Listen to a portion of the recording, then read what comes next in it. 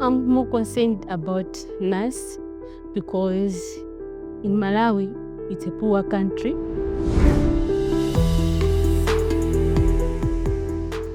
Where kids are malnutrition, there is a lot of malnutrition.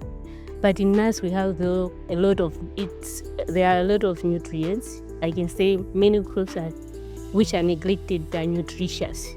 Not only that, most of these neglected and underutilized crops, they are climate resilient and they are easily found in Malawi. Currently, in Mzuzu University, they are targeting on research for postgraduate students and various neglected and underutilized plants like pupe, bambala nuts, finger millet, sorghum, crocodile, and whatsoever. And they're also doing the innovations for these so that maybe people can be able to rake the products in other way around. Not only innovation, and they're also developing some value chain for these products. They're also doing incubation. There's also incubation centers where they also integrate the NAS in there so that maybe they can improve on this.